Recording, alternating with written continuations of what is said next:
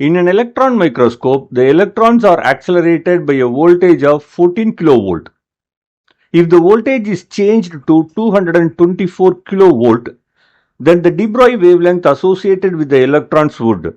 Four options are here. Let us find the right one. The de Broglie wavelength of electron lambda equals h upon square root of 2 meV. Lambda equals 12.27 upon square root of V Armstrong.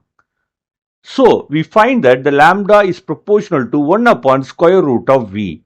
So we can write that lambda 1 upon lambda 2 equals square root of V2 upon square root of V1. V2 has 224,000 and V1 has 14,000.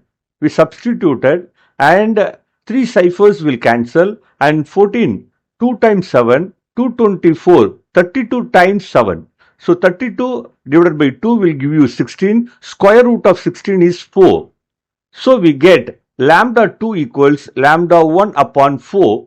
So the option C decreases by 4 times.